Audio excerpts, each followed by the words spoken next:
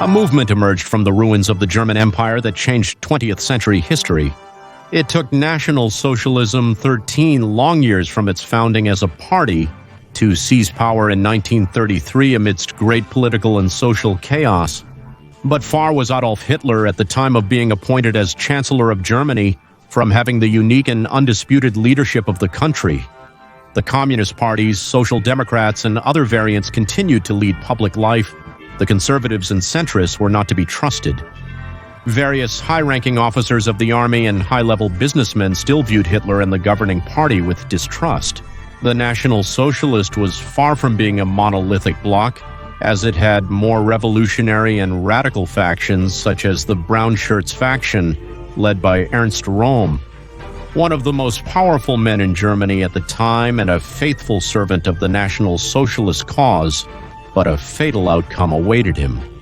How did Adolf Hitler manage to face all these threats and consolidate himself as the absolute leader of Germany?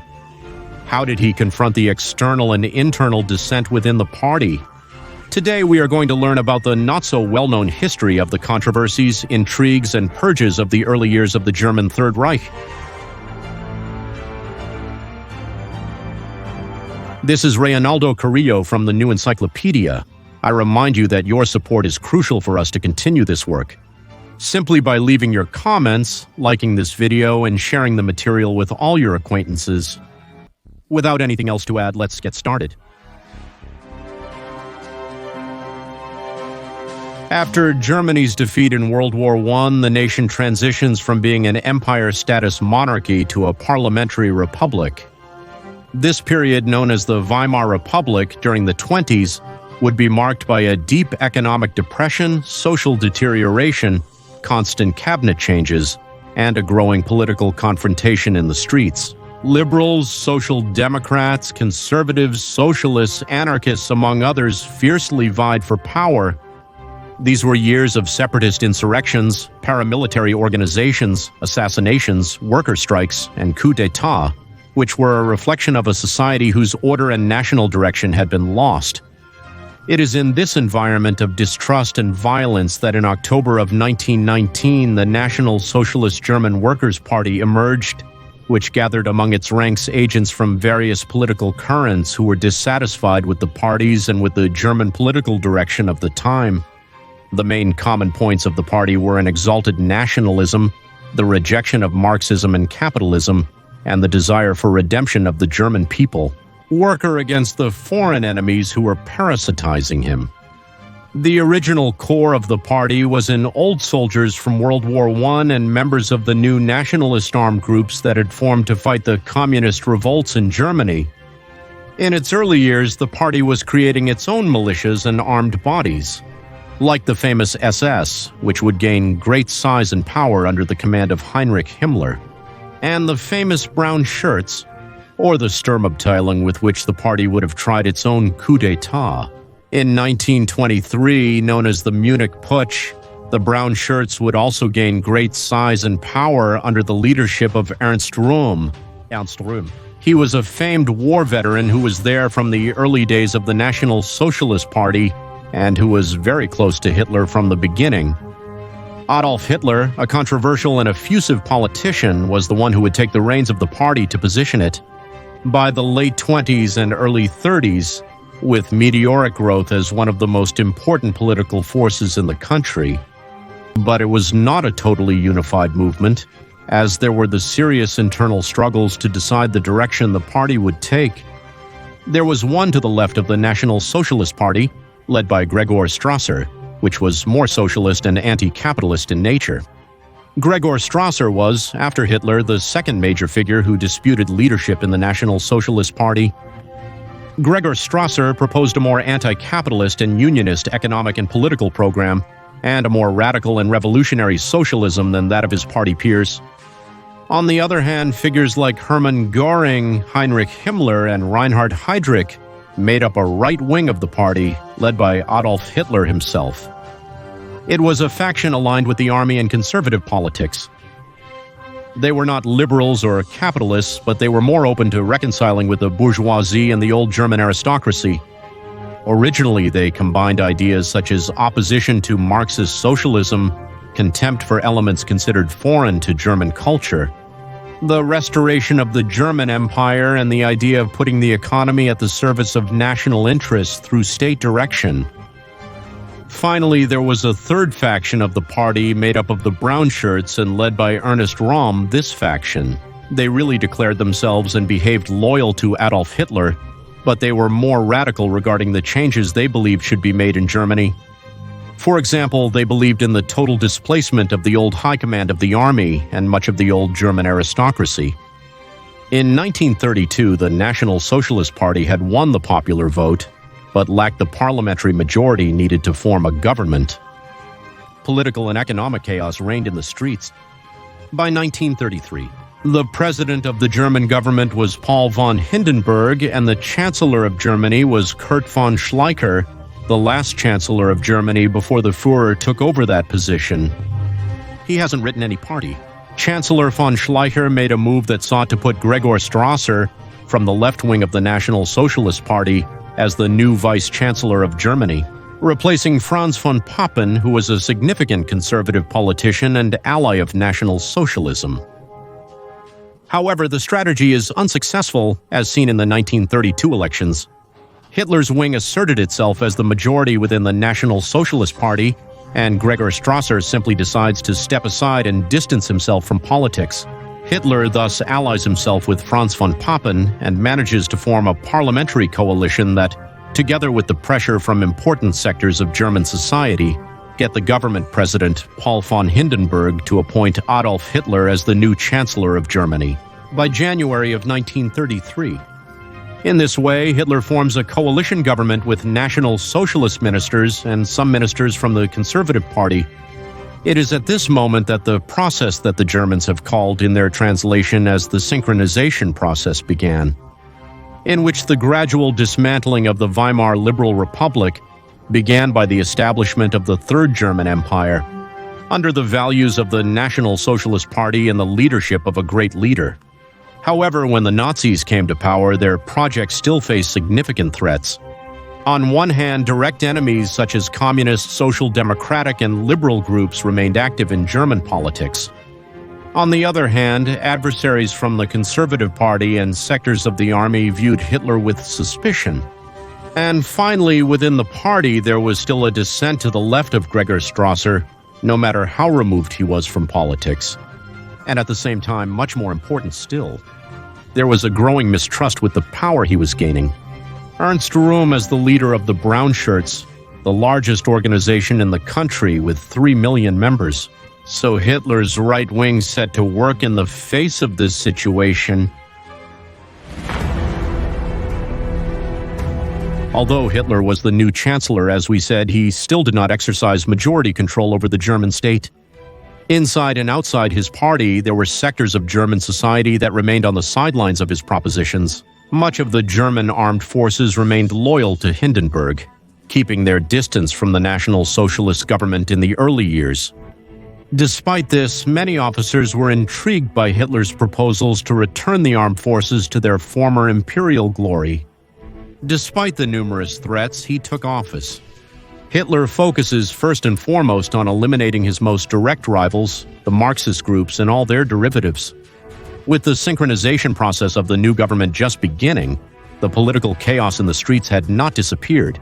Strikes are called by communists, a fire occurs in parliament, with communists being pointed out as responsible, and an enabling law is passed in the German parliament that gave special powers to Hitler to legislate. Faced with the scenario of chaos in the country, with the Reichstag fire as a boiling point, the government proceeds to the official prohibition of the Communist Party and the imprisonment and exile of its members. The same fate befell the Social Democratic Party and its leaders that same year.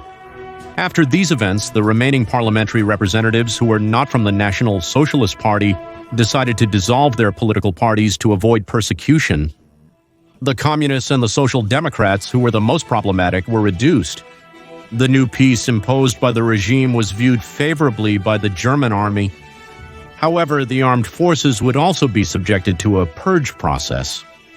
General Werner von Blomberg was appointed Minister of Defense by Hitler upon coming to power in 1933. General von Blomberg was also a bitter enemy of Kurt von Schlesser, the previous Chancellor of Germany, who had conspired with Gregor Strasser to displace Hitler from his position. By order of the Führer, the Minister of Defense begins his appointment in 1933. A gradual purge process in the army, progressively replacing and dismissing over a period of 1 year the officers closest to Kurt von Schleicher's faction. With this new stability, the German business community also approaches the National Socialist regime to cooperate reciprocally. Big Capital could now carry out their activities without the opposition of socialist and communist circles. In parallel, the anti-capitalist component of the National Socialist Party's discourse was toned down. That more workerist and socialist narrative was typical of Gregor Strasser, who showed some opposition to these new pacts that were being made between big German capital and the National Socialist government, already gradually purged the army and neutralized the direct Marxist rivals. There was the internal dissent of the party with the brown shirts and Strasser's left. With peace also came a problem, as the brown shirts were the largest force in the country in terms of numbers, and a force that, moreover, had been created for combat with peace. They were left without a purpose. At the same time, Ernest Röhm and his men had a clearly more revolutionary and radical tendency, and they also viewed with suspicion what was happening. Ernest Röhm frowned upon the fact that sectors of the German high bourgeoisie and old conservative elements, from the army and German nobility, were making new alliances with the National Socialist Party. So Röhm begins to openly promote in public demonstrations what he called a second revolution within the government. The idea that it was necessary to deepen the changes that were being made, displacing the most conservative elements within and outside the party, and above all, displacing the old German elites. Röhm aspired for the German army to be absorbed under the structure of the brown shirts, and he begins to pressure Hitler to be appointed as defense minister. Does Röhm and the brown shirts thus become an uncomfortable threat to the new stability? And in 1934, public confrontations begin between the brown shirts and more conservative sectors of the country. Hitler is practically threatened by President von Hindenburg and Vice Chancellor von Papen to act immediately against the brown shirts. Hitler had been doubting for months whether to attack Röhm, until he finally makes the decision to end his old comrade, a loyal follower and leader of the National Socialist cause, which had become a problem. The Führer devotes himself to planning a resolution in the last days of June. All of this, which would have a great final blow.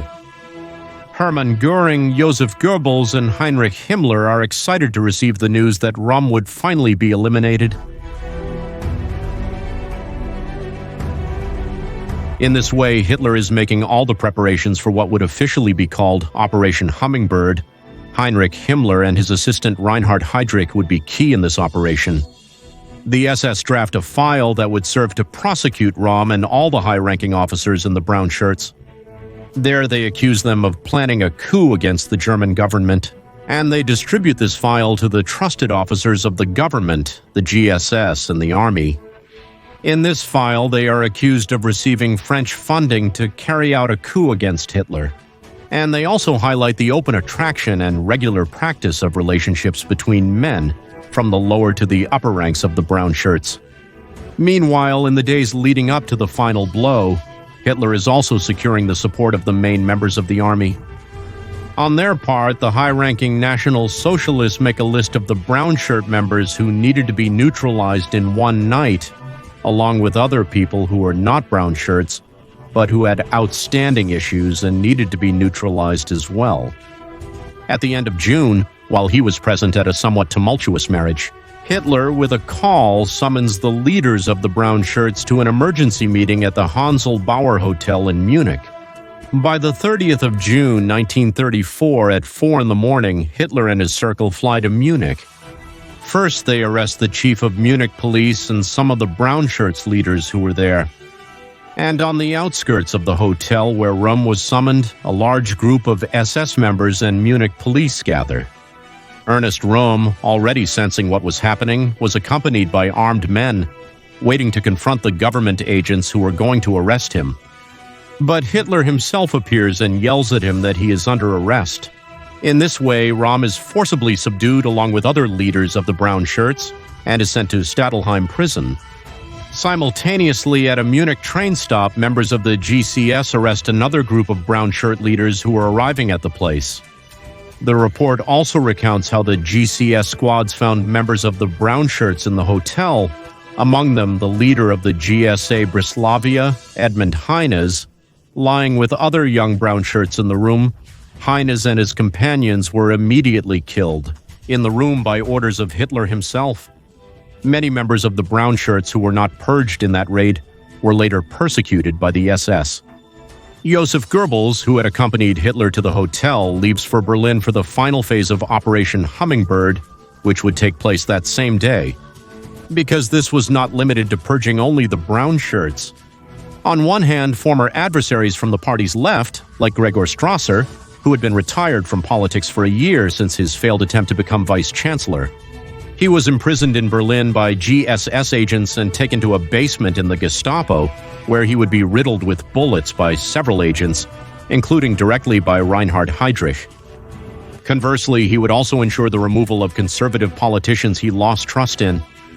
Franz von Papen, the conservative vice-chancellor who allied with Hitler, enabling him to become chancellor. He also ends up being arrested that same day, while members of his circle from the Catholic Action Organization were not arrested but gunned down on the spot.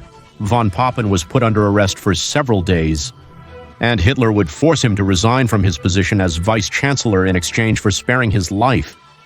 On his part, Kurt von Schlesser, the chancellor who had preceded Hitler, was also a victim of homicide along with his wife in their home by SS agents. Meanwhile, in Stadelheim prison in Munich, Ernest Röhm would be held captive while the High Command decided what to do with him. Hitler was indecisive, as Röhm had been loyal to the National Socialist cause. But under pressure from Himmler and Göring, he finally decides to have him killed. On July 1st, 1934, two army officers visit Röhm with a loaded gun, and they give him the opportunity to end his own life in 10 minutes. Or else they would do it for him. Röhm responds that if he had to die, let Hitler himself do it. 10 minutes later, the agents return to the cell and riddle him with bullets, thus concluding the 85 victims of the Night of the Long Knives. After this selective purge, Hitler would receive the gratitude of President Hindenburg and the ovations from members of the German army and capital, especially due to the disappearance of the threat that was the revolutionary Ernest Röhm. Joseph Goebbels and the state's propaganda machinery were tasked with justifying the event to the public through the press, blaming the executed as traitors who were preparing a coup d'etat and also denouncing their alleged intimate immorality. The Sturmabteilung, or Brown Shirts, would go from having more than 3 million members in 1934 to 1.2 million in 1938. And under a new leadership that would give it a different direction, different from the one it had conceived at the time. The same Hitler and the same Ernst Röhm. These purges would be a turning point in the history of the National Socialist regime in Germany. Hitler, victorious, rose as the supreme judge of the German people, a title he would later adopt. Like many historical phenomena, these purges, which are sometimes explained as simple acts of madness, cruelty, barbarity of the Chancellor, really responded? A complex game of relationships within political communities was nothing more than the inexorable clash between political parties, the armed forces, the national, international capital, and the old and new internal forces of that movement, which was German National Socialism. Thank you very much for watching this video. I hope you liked it, and don't forget that it's very important to us that you can subscribe to the channel, leave your comments, share the video, follow us on our Instagram account called The New Encyclopedia, and above all, collaborate with us on our Patreon with any help you can give us. Thank you all very much, and God bless.